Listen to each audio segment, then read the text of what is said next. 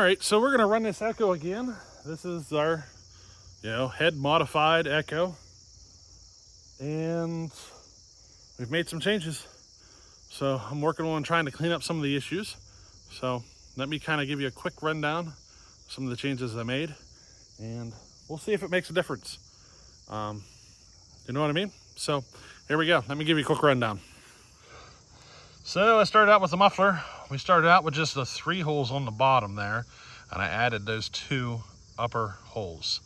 So got a little bit more flow coming out of the muffler.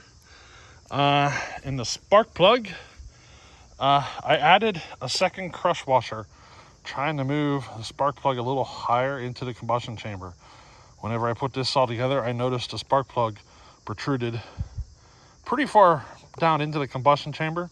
And the last time we ran it, it was putting all the heat into the spark plug, and it was having like a pre-ignition kind of issue. She was basically wanting to run away on me. It wasn't because of the tune.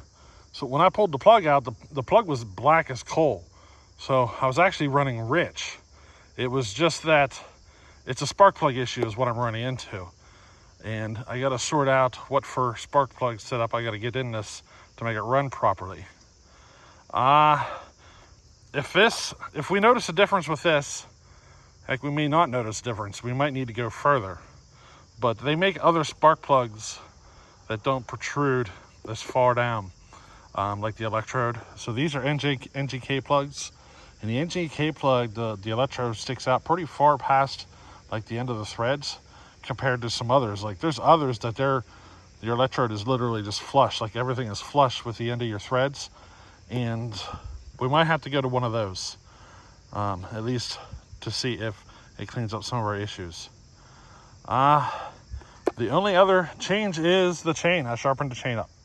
Now this is a square hand filed chain. In fact, here's a little something I've been learning with square chain compared to round chain. So I'm doing my square by hand. And I'm finding if you want to get into the hand filed square chain, you choose like 3 chains that you keep on the square setup, and you maintain those. And then the rest of your chain you run around. And then you just kind of pick when you want to run the square and when you don't. But what I'm finding is with square, it really don't matter how aggressive you get. You won't pick up the chatter issues that you do with round chain. You can pretty much do just about anything you want with square, and it'll cut smooth. That's like the biggest thing I'm noticing with square, is that it really don't matter what I do with the angles. It's smooth. It's always smooth. Compared to round, I can go I can get even just a little aggressive with round, and I start picking up a bunch of chatter. This stuff, it stays smooth all the time, which I think is where some of the durability issues of square chain comes from, because of how easy it is to take this chain a little too far. You know what I mean? Because on round chain, you take it too far, you're going to know it. You're going to have the chatter. But on a square chain, it just eats more wood, literally. It's still smooth. And I think that's part of the durability thing, is learning to hold back enough to where your chain is still durable with the square. You know what I mean? And not just take so much that it's super fast all the time. Does that make sense?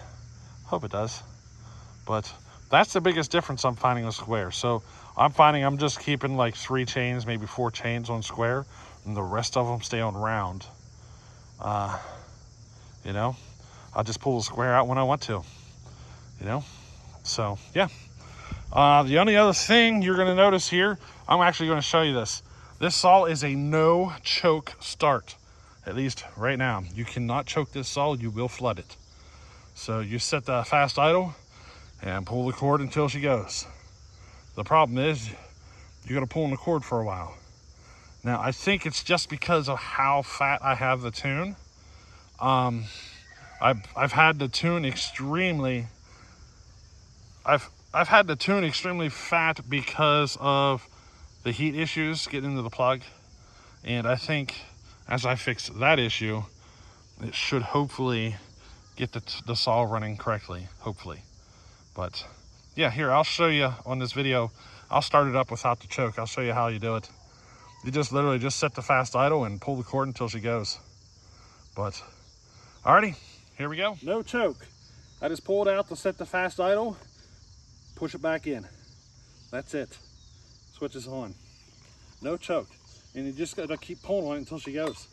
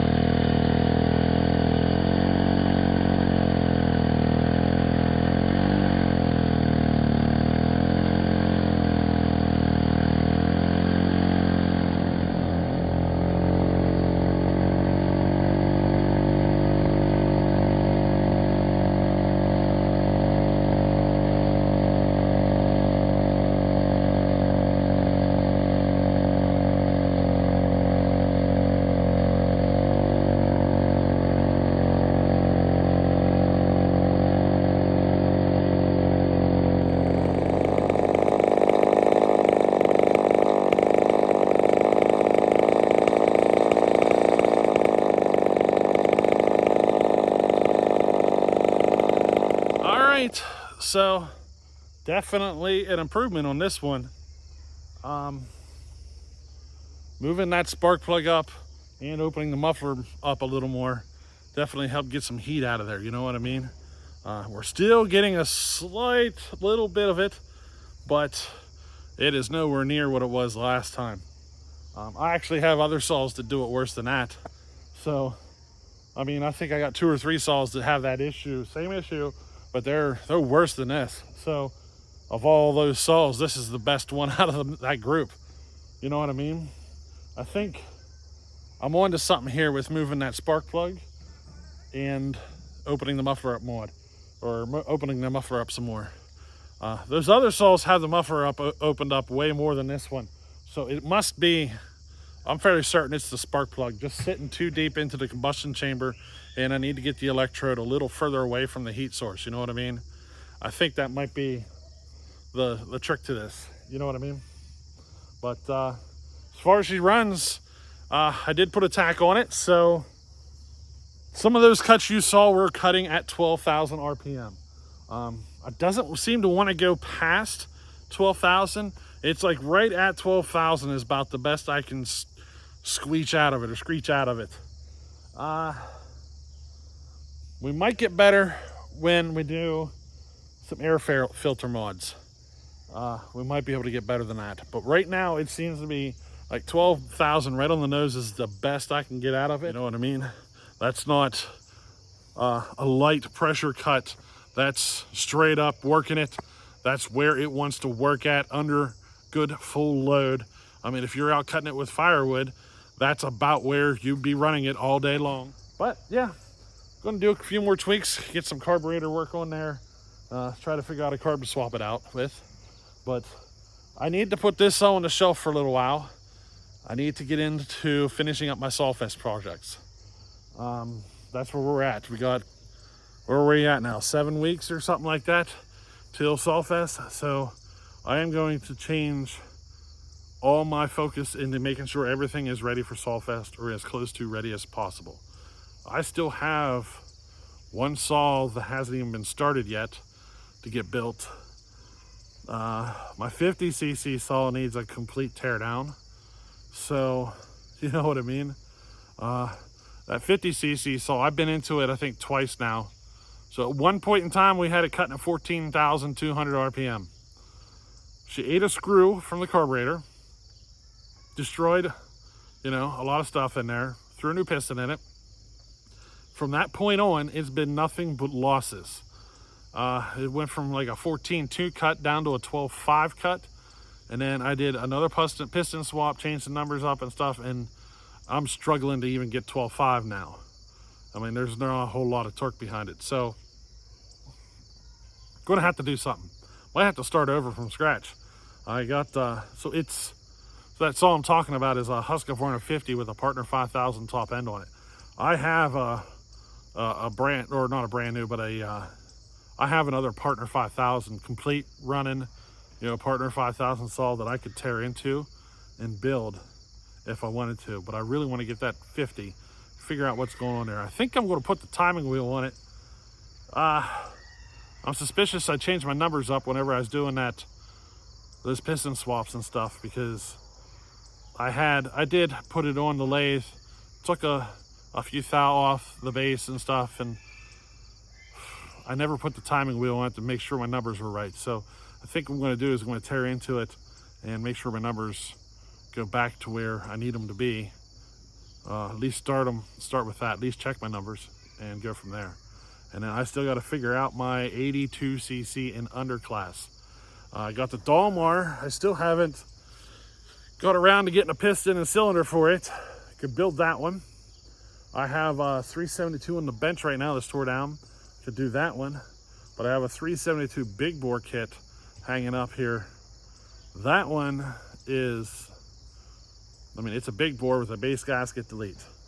I could take that one and just run it, or I could take that cylinder off and build it, or I could do that 372 that's tore apart. It's just that one, the parts are coming in from other people, and it's going to be a few weeks till I get them, and I can have that other one built before those parts get here. And the same with the Dalmar. it'll be a few weeks till I get those parts. In fact, I'd rather, instead of putting the money into the Dolmar, I'd rather buy a roll of chain. That's kind of what's holding me up there. I got other stuff, other projects I would like to get finished before I really tear into that Dolmar anymore. And that's the only reason I haven't done it yet, you know? But anyway, we'll figure it out. We still got a whole saw to build yet for Sawfest. So yeah, we'll catch you in the next one. Later.